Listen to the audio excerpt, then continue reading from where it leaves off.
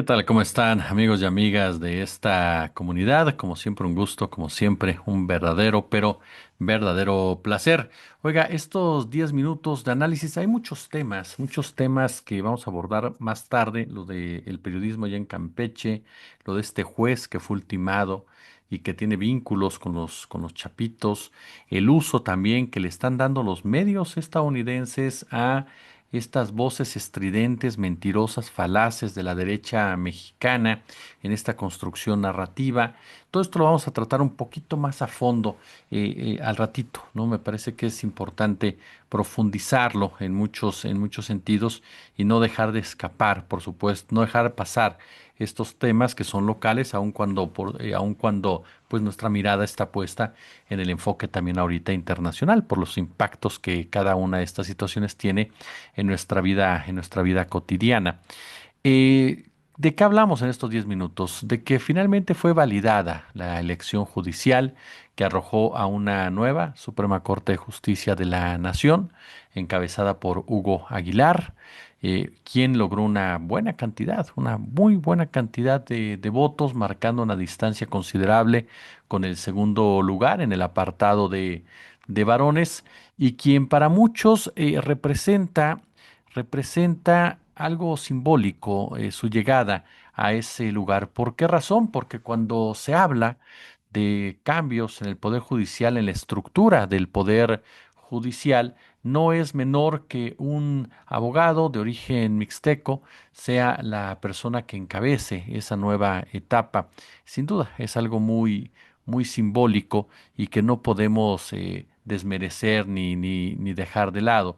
Por supuesto que esto, como lo hemos dicho en otras ocasiones, ha traído una ola de racismo y clasismo que únicamente evidencia pues las propias carencias morales, éticas, por parte de muchas de las voces que enfermizamente se oponían a la reforma judicial y que lejos de generar un debate sólido, un debate de fondo, como otras muchas voces críticas lo plantearon, pues en realidad se hundieron en un lodazal del cual difícilmente podrán salir. Entonces, en lugar de tratar de limpiarse un poco, pues prefieren no profundizar en ese discurso de odio emanado tanto de comentócratas como de empresarios, ¿no? Que eso es lo más serio, porque los empresarios son los que tienen el dinero, los que tienen las concesiones, los que tienen precisamente las formas para presionar de diferente manera a los integrantes de la Suprema Corte de Justicia de la Nación, que no tendrán, por supuesto, una labor sencilla por los intereses que ya existen y los que llegan.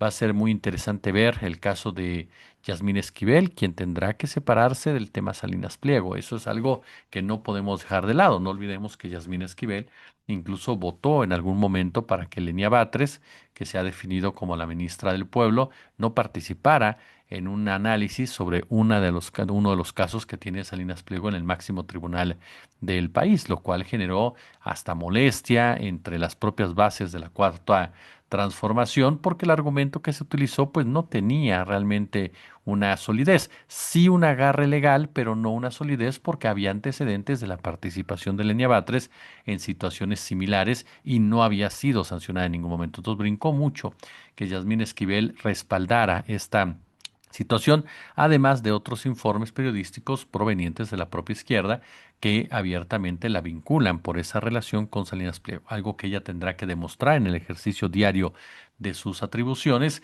que no tiene ninguna influencia y que cualquier relación está fuera de los togados.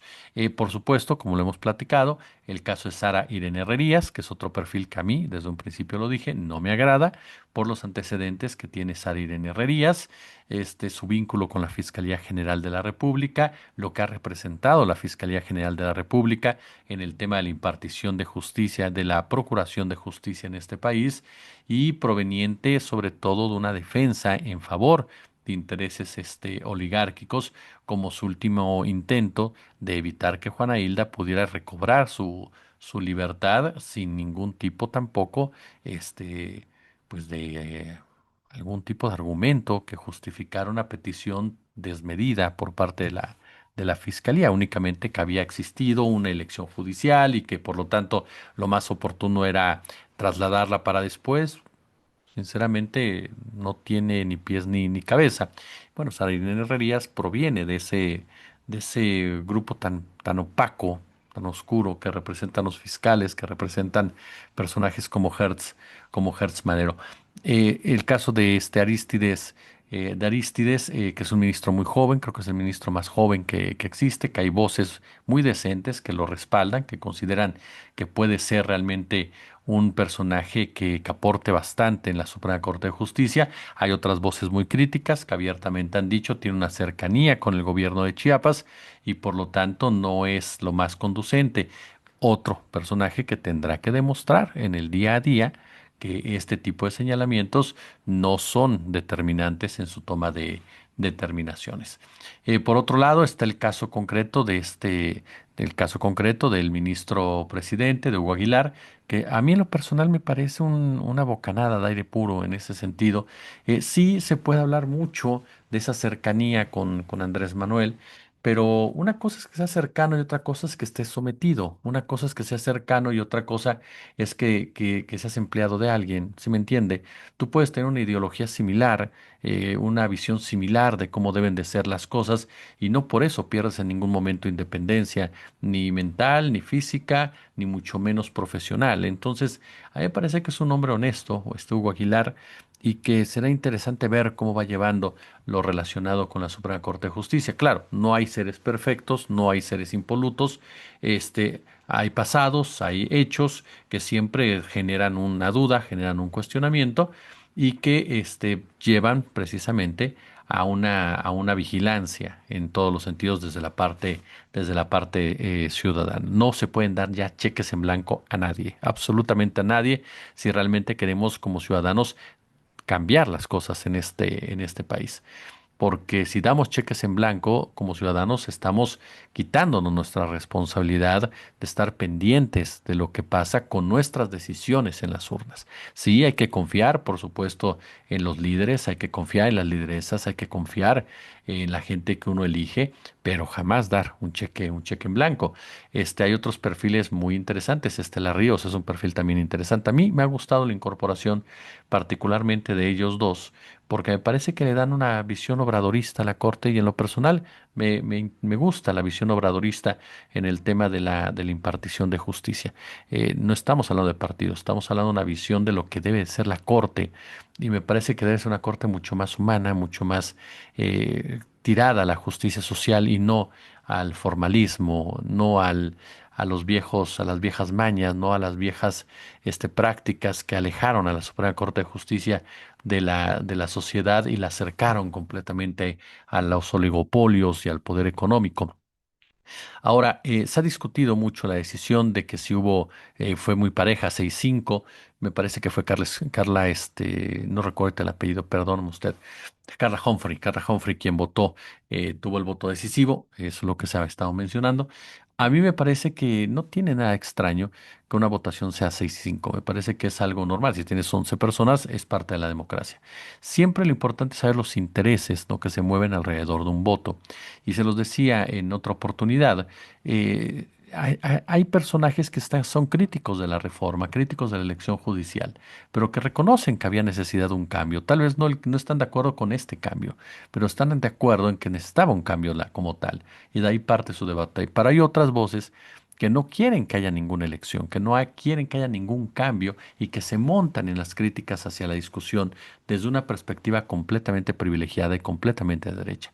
Y es ahí precisamente en donde tenemos que diferenciar para entender cuáles son esos intereses que todavía se están moviendo en el INE y que van mucho de la mano de Lorenzo Córdoba, que van de la mano de Lorenzo Córdoba y que de una u otra forma todos sabemos que Lorenzo Córdoba representa intereses empresariales, representa intereses de la derecha del conservadurismo mexicano.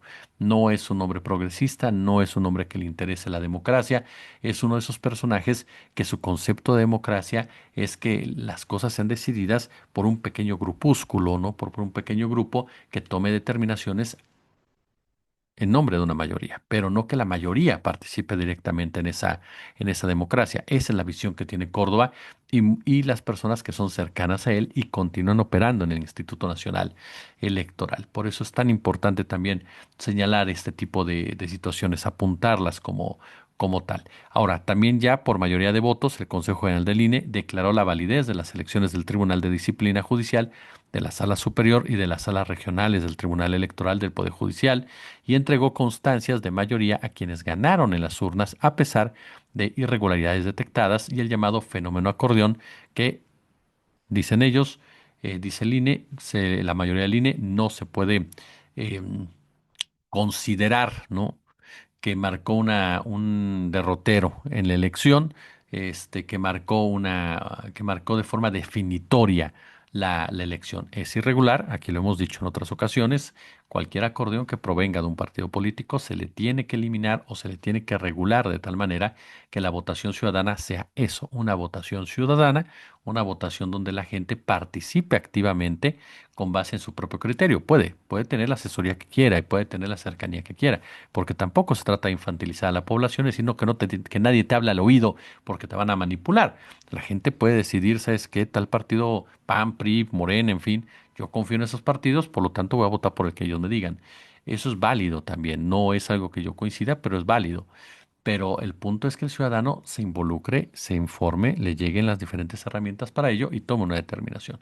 El acordeón que yo no lo veo problema es el ciudadano. Creo que esa es una base y es un respaldo muy importante para la ciudadanía. Ahora, ¿ese acordeón fue factor para manchar una elección? A mí me parece que no. A mí me parece que no, no llegó a esos niveles, sinceramente, como tales. Entonces, a mí me parece que el INE actuó de manera correcta al decir, a ver, sí se presentó, hay que ver la forma en cómo no se debe presentar una situación así, pero no podemos anular una elección por algo de esta magnitud que no fue tan definitorio como muchas veces se pudo haber pensado. Ahora, la elección judicial, la elección de poder judicial por voto ciudadano es una verdadera, una auténtica revolución social, política, económica, moral, y esto lo entiende el pueblo, lo entiende el ciudadano, y por eso mismo, aunque un tanto a ciegas por la complejidad de la elección, acudió entusiasmado, esperanzado, precisamente a las urnas, más allá de si fueron 13 millones, 14 millones, 12,5 y demás. Frente a una nueva situación, la oligarquía, principalmente con sus voceros mediáticos, pues se han quedado sin argumentos, sin razonamientos, porque seamos claros, muchos de ellos lo que quieren es que esto no se replique, por eso la presión de la OEA y de otros grupos internacionales, porque el Poder Judicial es el último resquicio del poder del conservadurismo, del poder económico en la estructura de un Estado. Por lo regular está controlado por esos intereses y entonces por supuesto que no quieren una democratización al respecto y eso es algo que no podemos perderlo de vista.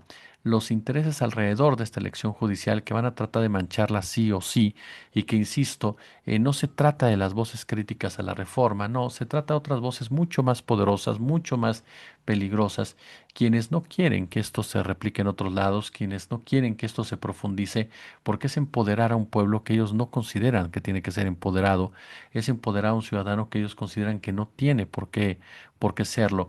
Y esta elección judicial reconfigura la relación de poder y eso es algo que el conservadurismo nunca, nunca quiere reconocer. Como siempre un gusto, como siempre un verdadero placer, ya lo sabe, pulgares arriba y nos vemos al ratito.